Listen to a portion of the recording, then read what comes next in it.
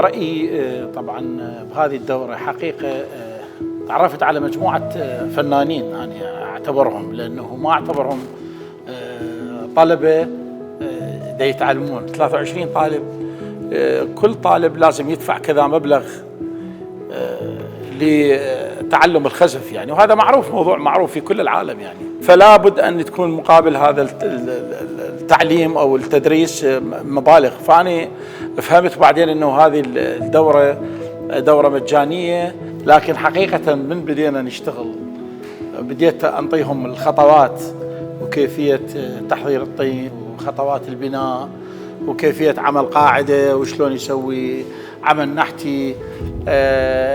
شعرت أنه هذه المجموعة جايين بشكل حقيقي. بەشداریم لەم خولەیە کردووە کە چێژێکی زۆر باشی هەبوو بۆم و ئەزمونێکی زۆر باشم لە مامۆستاکە وەرگرت.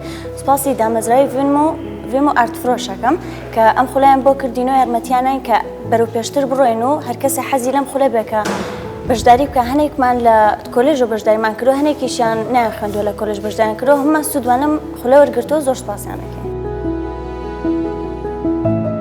فێری بنەماکانی کاری سیرامیک و تەکنیکەکانی بۆ چۆنەتی دروستکردنی هەر بەرهەمێک کە بتەوێت بە تێبینی و بە ڕێنمایەکی زۆرەوە کە لەلایەن مامۆستای بەڕێزەوە پێمان ئەدرێت و هاوکارێکی زۆر باشمان ئەبێت.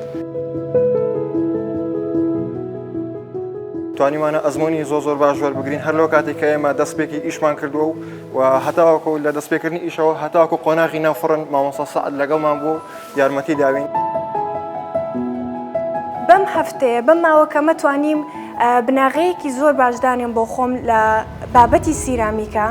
لە ماوەی هەفتەیەکە توانیم نزیکی 3 کار بکەم کە بابەتێکی زۆر باشە بۆ من و زۆر دڵخۆشم بۆی کە خولێکی وا کراوەتەوانێ.